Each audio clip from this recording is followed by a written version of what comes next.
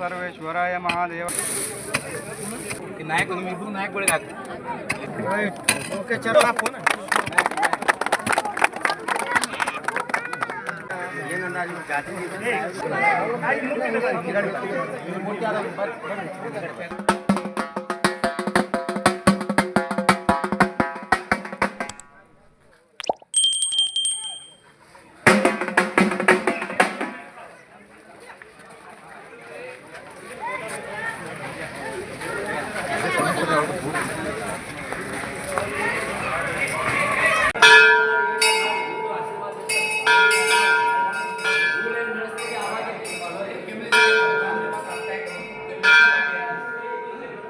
ಅಖಂಡ ಕರ್ನಾಟಕದ ಹಿಂದೂ ಬ್ರ್ಯಾಂಡ್ ಅಂತ ಹೆಸರುವಾಸಿಯಾಗಿರುವಂಥ ನಿಮ್ಮೆಲ್ಲರ ವಿಜಯಪುರ ನಗರದ ಜನಪ್ರಿಯ ಸಾಕ್ಷರತೆ ಸನ್ಮಾನ್ಯ ಶ್ರೀ ಬಸವಗೌಡ ಪಾಟೀಲ್ ಸಾಹೇಬರಿಗೆ ನಾನು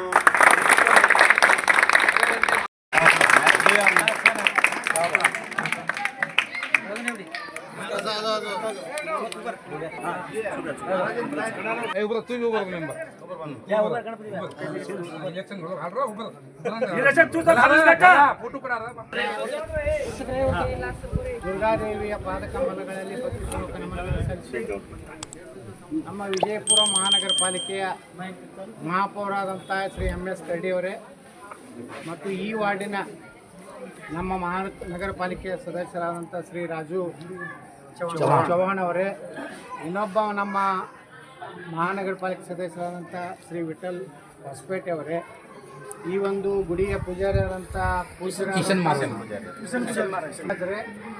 ಮತ್ತು ತಾಂಡೆಯ ಗೌಡ್ರಾದಂಥ ಹೊನ್ನು ನಾಯಕ್ ಅವರೇ, ಆಮೇಲೆ ನಮ್ಮ ಮಹಾನಗರ ಪಾಲಿಕೆ ಸದಸ್ಯರು ರಾಜು ಅವರು ಮತ್ತು ತಾಂಡೇಗೌಡರು, ಅಲ್ಲಿಂದ ನಮ್ಮ ಸುರೇಶ ಎಲ್ಲರೂ ತಾಂಡೆ ಏನೇನು ಸಮಸ್ಯೆ ಅನ್ನೋದ್ರ ಬಗ್ಗೆ ಹೇಳಿದ. ಒಂದು ಕರೆಂಟಿಂದ 24 ತಾಸು ಮಾಡಬೇಕು ಅನ್ನೋಂಥದ್ದು, ಅದು ನಾನು ಪೂರ್ತಿ ಬೆನ್ನು ಹತ್ತಿ ಅದು ಮಾಡಿಕೊಡುವಂಥ ಕೆಲಸ ನಾವು ಮಾಡ್ತೀನಿ ಅಂತೇಳಿ ಸಂದರ್ಭದಾಗ ಈಗಾಗಲೇ 2 ಕೋಟಿ ರೂಪಾಯಿ ಭೂಮಿ ಪೂಜೆ ಇವತ್ತು ಮಾಡಿದ್ವಿ. ಇನ್ನೂ 10 ಕೋಟಿ ರೂಪಾಯಿ ಆದರೆ ಇಡೀ ತಾಂಡೆ ಎಲ್ಲ ರಸ್ತೆಗಳು ಆಗ್ತಾವೆ ಅಂತೇಳಿ ನೀವೆಲ್ಲ ಬೇಡಿಕೆ ಇಟ್ಟಿದ್ದೀರಿ. ಇನ್ನೂ 2 ವರ್ಷ ಇದೆ, ಅಷ್ಟರೊಳಗೆ ಎಲ್ಲ ತಾಂಡೆದು ಎಲ್ಲ ರಸ್ತೆಗಳನ್ನು ಮಾಡುವಂಥ 100ಕ್ಕೆ 100 ಪ್ರಯತ್ನ ಮಾಡ್ಕೊಂಡು ಅಲ್ಲಿಂದ ಈಗ ದೇವಸ್ಥಾನ ಏನು ಕಟ್ಲಕತ್ತೀವಿ, ಭಾಳ ದೊಡ್ಡ ಪ್ರಮಾಣ ದೇವಸ್ಥಾನ ಕಟ್ಲಕತ್ತೀವಿ. ಬಹುಶಃ ಇಷ್ಟು ದೊಡ್ಡ ಪ್ರಮಾಣ ಕಟ್ಟಾಗ ನಾವು ಎಲ್ಲರೂ ಏನು ನಮ್ಮ ಬಾಳು ಆಗಲಿ ಮತ್ತಾರು ನಮ್ಮ ಗಣಪತಿಯವರಾಗಲಿ ನಮ್ಮ ಮಗ ಆಗಲಿ ಏನು ಮಾತು ಕೊಟ್ಟಾರ ಅದ್ರ ಪ್ರಕಾರ ನಾನು ದುರ್ಗಾ ಮಾತೆ ಪ್ರಕಾರ ನಾನು ಗುಡಿ ಮುಂದೆ ನಿಂತು ಆ ಪ್ರಕಾರ ನಾನು ನಡೀತೀನಿ ಅಂತೇಳಿ ಸಂದರ್ಭದಲ್ಲಿ ಪಾಟೀಲ್ ಅವರಿಗೆ ಈ ತಾಂಡೇಕ ಆಗಬೇಕಾದಂಥ ಕೆಲಸಗಳು.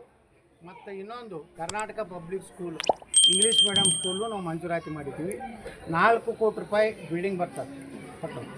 ಒಂದು ಒಳ್ಳೆಯ ಶಾಲೆ ಇಲ್ಲಿ ಆಗ್ತದೆ. ಯಾಕಂದ್ರೆ ನಮ್ಮ ಬಿಜಾಪುರ ಸಿಟಿ ಒಳಗೇ ಅತಿ ಹೆಚ್ಚು ಮಕ್ಕಳು ಇರುವಂಥ ಶಾಲೆ ಯಾವ್ದು ಅಂದ್ರೆ ಬುತ್ನಾಳ್ ತಾಂಡೆ ಶಾಲೆ. ಅದಕ್ಕೆ ನಾನು ಮಧು ಬಂಗಾರಪ್ಪವ್ರಿಗೆ ಹೇಳಿ ಒಟ್ಟು ನನಗೆ 2 ಕೊಟ್ಟಿದ್ರು. BJP MLAಗಳಿಗೆ 2, ಕಾಂಗ್ರೆಸ್ನವ್ರಿಗೆ 3 ಕೊಟ್ಟಿದ್ರು. ಆ ಮಧು ಬಂಗಾರಪ್ಪ ಸಾಹೇಬ್ರು ನಮ್ಮ ದೋಸ್ತಿ ಇತ್ತು. ಮೊನ್ನೆನೇ ಒಂದು ವಾರ ಹಿಂದೆ ಮಧು ಬಂಗಾರಪ್ಪನ ಫೋನ್ ಮಾಡಿ ಇನ್ನೊಂದು ಶಾಲೆ ಕೊಡ್ತೀನಿ ಅಂತೇಳಿ ಒಟ್ಟು 4 ಶಾಲೆಗಳು ಕೊಟ್ಟಾರೆ ಕರ್ನಾಟಕ ಪಬ್ಲಿಕ್ ಸ್ಕೂಲು. ಅದಕ್ಕೆ ಬುತ್ನಾಳ ತಾಂಡ್ಯದಾಗ ಇಂಗ್ಲೀಷ್ ಮೀಡಿಯಮ್ ಸ್ಕೂಲು ಆಗ್ತೈತಿ, ಕನ್ನಡ ಸ್ಕೂಲು ಆಗ್ತದೆ, ನಾಳೆ PUC ಆಗ್ತದೆ, ಹೈಸ್ಕೂಲ್ ಅಂತ ಆಗೈತಿ. ಎಲ್ಲ ಶಿಕ್ಷಣ ದೃಷ್ಟಿಯಿಂದ ಈ ತಾಂಡೇಕ ಏನೂ ಕೊರತಿಲ್ಲಾರಂಥ ಕೆಲಸ ನಾವು ಮಾಡಿದ್ದೇನೆ ಅಂತೇಳಿ ಭಾಳ ನನಗೆ ಸಂತೋಷ ಐತಿ. ಮತ್ತು ಈ ವಿಜಯಪುರನಾಗ ನೀವೆಲ್ಲ ನೋಡ್ಲಕತ್ತೀರಿ, ಎಲ್ಲಿಯೂ ನಿಮ್ಗೆ ಕಾಯಿಪಲ್ಯ ಮಾರೋರಿಗೆ, ಕಬ್ಬಿನ ಗಾಡಿಯವ್ರಿಗೆ ಏನೂ ತೊಂದರೆ ಇಲ್ಲಾರಂಥದ್ದು ಕಾರಣ ಏನಪ್ಪ ಅಂದ್ರೆ ನಾವು MLA ಇರೋದ್ರಿಂದ ಯಾರಿಗೂ ಏನು ತಕರಾರು ಮಾಡಿಲ್ಲ. ಇವತ್ತು ನೋಡ್ರಿ